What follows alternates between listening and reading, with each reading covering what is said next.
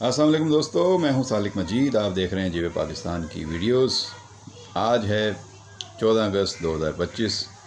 آپ سب کو، پوری قوم کو جشن آزادی مبارک ہو۔ اللہ تعالیٰ پاکستان کا یہ جو نیا سال ہے، پاکستان کی عمر میں 1 سال کا اضافہ ہوا ہے، تو جو نیا سال ہے یہ پاکستان کے لیے مزید خوشیاں، خوشخبریاں، خوشحالی، سلامتی لے کر آئے، اور اللہ تعالیٰ ہم سب پاکستانیوں کی حفاظت فرمائے اور ہمیں اپنے وطن سے محبت کرنے اور اپنے وطن کی تعمیر کرنے کا موقع عطا کرے، جذبہ عطا کرے، اور اپنے ملک کے لوگوں کی خدمت کرنے کا ہر شعبے میں جو لوگ جہاں جہاں ہیں اپنے ملک کے لوگوں کی خدمت کریں، ملک سے محبت کریں، ملک کی تعمیر کریں اور ایسے کام کریں جس سے سبز ہلالی پر سر بلند ہو۔ قائد اعظم محمد علی جناح، علامہ اقبال اور ہمارے جتنے اکابرین تھے، جتنے تحریک آزادی کے رہنما تھے، ان سب نے جو خواب دیکھے، جو جد و جہد کی اور جن لوگوں نے قربانیاں دیں، اپنی جانوں کا نذرانہ پیش کیا، ان سب کو سلام، اور ان کی جد و جہد کو حقیقی معنی پہنانے کے لیے ہم سب کو متحد ہونا چاہیے۔ اتحاد میں ہی ہماری کامیابی ہے۔ اختلاف اپنی جگہ، لیکن جب ملک کی بات ہو تو سب کو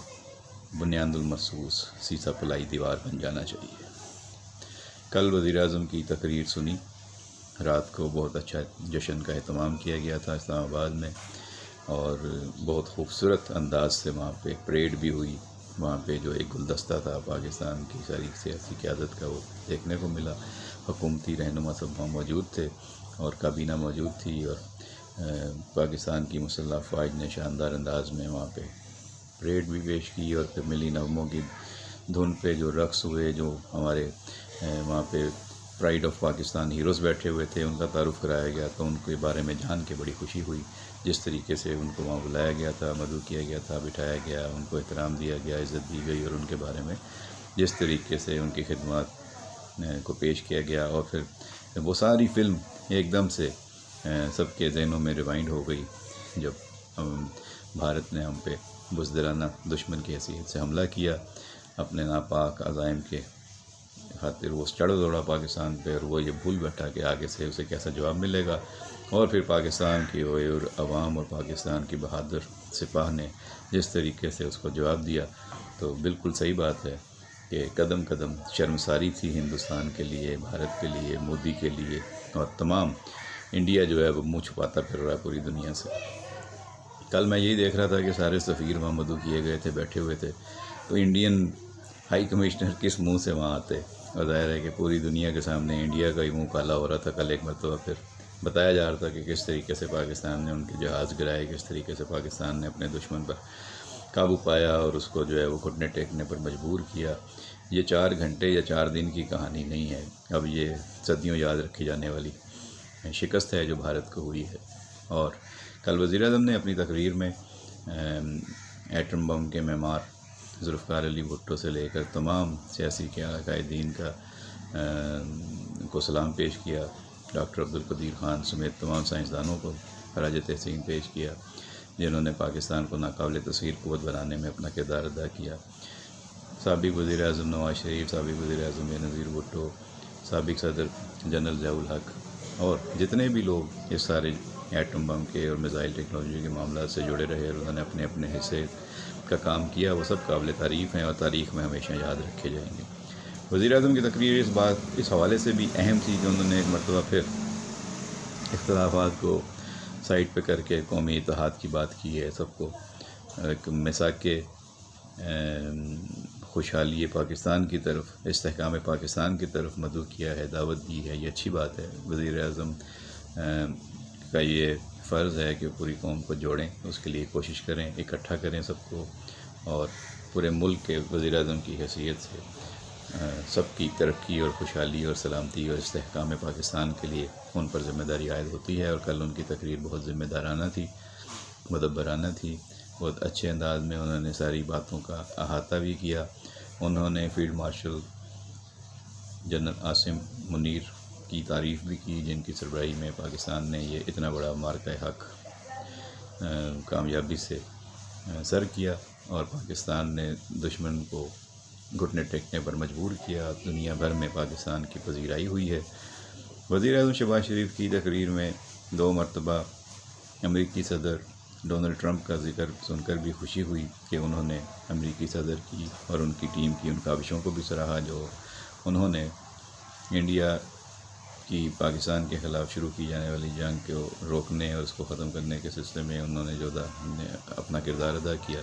تو وہ بھی دنیا میں امن لانے کے لیے یقینی طور پر ایک قابل ستائش اقدام تھا۔ یہی وجہ تھی کہ پاکستان کی جانب سے ڈونلڈ ٹرمپ کو نوبل امن انعام دینے کی بھی موو کی گئی۔ تو کل وزیر اعظم شہباز شریف نے ایک مرتبہ پھر اپنے بڑے بھائی سابق وزیر اعظم نواز شریف کا بھی نام لیا، ذکر کیا، ان کا شکریہ بھی ادا کیا اور ان کی صلاحیتوں کا اعتراف کیا اور ان کو ایک مرتبہ پھر شاباش دلوائی سب سے حاضرین سے ناظرین سے کہ انہوں نے ہر طرح کا دباؤ مسترد کر کے پاکستان کو ایٹمی قوت، ناقابل تسخیر ایٹمی قوت بنانے کا جو فیصلہ کیا تھا، دھماکے کیے تھے اور اس وقت ہر طرح کا دباؤ اور لالچ مسترد کیا تھا، تو یہ بھی تاریخ کا حصہ ہے اور نواز شریف کو اس بات کا کریڈٹ ہمیشہ ملتا رہے گا۔ اور کل ایک مرتبہ پھر پوری قوم نے، پوری دنیا نے دیکھا کہ نواز شریف کو مئی 1998 کے ایٹمی دھماکوں پر بہادری اور جرأت مندی کا مظاہرہ کرنے پر ایک مرتبہ پھر سراہا گیا۔ تو زندہ قومیں ایسے ہی آگے بڑھتی ہیں جب ان کے لیڈر بہادری اور جرأت مندی کا مظاہرہ کرتے ہیں۔ جس بہادری اور جرأت مندی کا مظاہرہ نواز شریف نے ایٹمی دھماکے کرتے وقت کیا تھا، اسی بہادری اور جرأت مندی کا مظاہرہ ہمیں ایک مرتبہ پھر بھارت کے خلاف جنگ میں نظر آیا، اور اس مرتبہ تو ہم ایسے فتح مند ہوئے کہ ماضی میں اس کی نظیر نہیں ملتی۔ اللہ تعالیٰ نے ہمیں سرخرو کیا، ہم نے اپنے دفاع کی صلاحیت دنیا کے سامنے ثابت کی، اور ایک مرتبہ پھر وزیر اعظم شہباز شریف نے اپنی تقریر میں اسی بات پہ زور دیا کہ جو ہمارا ایٹمی پروگرام ہے اس کی کوئی جارحانہ سوچ نہیں ہے، ہم نے اپنے دفاع کے لیے یہ ساری چیزیں حاصل کی ہیں اور ہماری طاقت ہے، ہماری صلاحیت ہے، جسے ہماری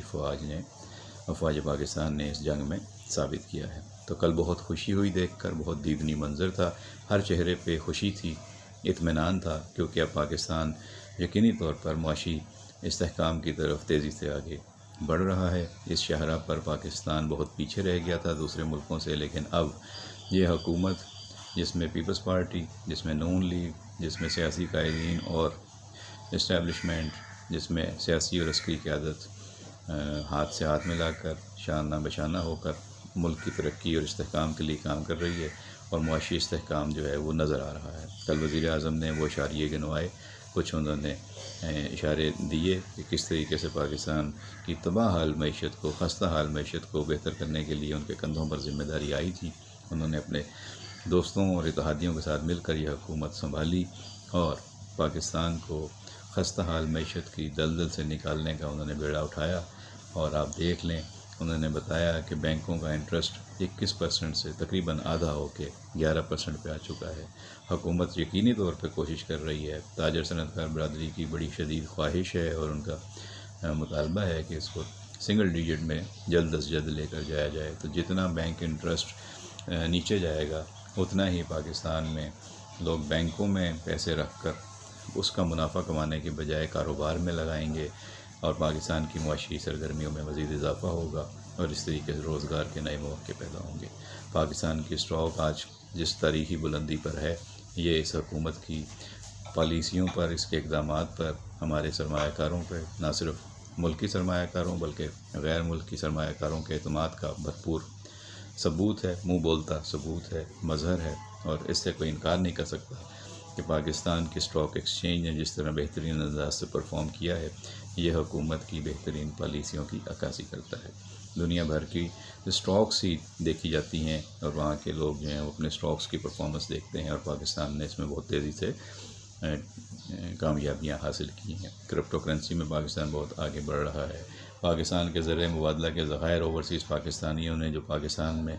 پیسے بھیجے، ڈالر بھیجے، 38 ارب ڈالر، تو وہ کوئی مذاق نہیں ہے، وہ اس حکومت کی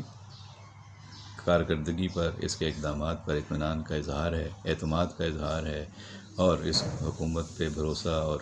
اعتبار کی دلیل ہے۔ تو حکومت پاکستان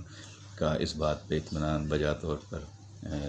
بنتا بھی ہے۔ وزیر اعظم کا شکریہ اور اطمینان صاف نظر بھی آتا ہے، اور ہونا بھی چاہیے کہ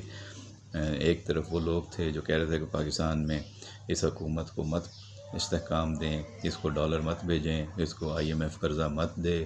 اس کو کسی قسم کی سہولت مت دیں، ان کے لوگوں کو غیر ملکی دوروں میں آنے کی اجازت نہ دیں، ان کے خلاف مظاہرے کریں، جب آرمی چیف امریکہ جائیں تو ان کے خلاف مظاہرے کریں، ان کے خلاف ان پابندیاں لگوائیں، امریکی کانگریس سے بل پاس کروائیں، اور نہ جانے کیا کیا ان کے خلاف سازشیں کی گئیں، پروپیگنڈا کیا گیا، سوشل میڈیا پر ادھم مچایا گیا، لیکن وَتَعِزُّ مَن تَشَاءُ، اللہ نے ان سب کو عزت دی، اور جسے اللہ چاہتا ہے اسے ہی عزت دیتا ہے۔ کل جو وزیر اعظم نے بڑا اعلان کیا کہ اب ہم ایک میزائل فورس بنائیں گے، اب ہم ایک بنیاد مرصوص یادگار بنائیں گے، وہ 5 محرابوں کی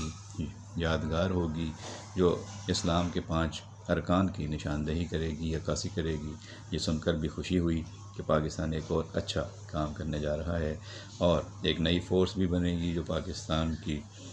سلامتی کے حوالے سے مزید مضبوط کرے گی پاکستان کو، اور یہ یادگار ہمیشہ آنے والی نسلوں کو، ہمارے نوجوانوں کو، بچوں کو یاد دلائے گی کہ ہم نے جنگ جیتی تھی اپنے سے کئی گنا بڑے دشمن سے، جو بڑا گھمنڈی تھا، بڑا مغرور تھا، بڑا غرور تھا اس کو،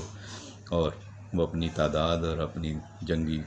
طاقت کی بنیاد پر سمجھتا تھا کہ وہ ہمیں زیر کر لے گا، لیکن اسے منہ کی کھانی پڑی، اسے ایسی عبرتناک شکست ہوئی، شرمناک شکست ہوئی کہ وہ منہ چھپاتا پھر رہا ہے۔ تو کل کی وزیر اعظم کی تقریر بہت یادگار تقریر تھی، یقینی طور پر جشن آزادی کے موقع پر وزیر اعظم کی تقریر ایسی ہی ہونی چاہیے تھی جیسی انہوں نے کی، اور بہت اچھی تقریر ہے، یاد رکھی جائے گی، اور بہت انہوں نے متوازن گفتگو کی، بہت جاندار گفتگو کی، نہ صرف اندرونی معاملات کے حوالے سے بلکہ بیرونی سطح پر بھی انہوں نے عالمی سطح پر بھی جو پیغام پہنچانا تھا وہ بہت عمدہ طریقے سے پہنچایا۔ تو وزیر اعظم کو اس تقریر پر مبارکباد پیش کرتا ہوں، پوری قوم کو ایک مرتبہ پھر جشن آزادی مبارک، اور بہت سی دعائیں۔ اللہ تعالیٰ ہمارے ملک کو خوشحالی اور سلامتی عطا فرمائے۔ تا ابد پاکستان، پاکستان ہمیشہ زندہ باد۔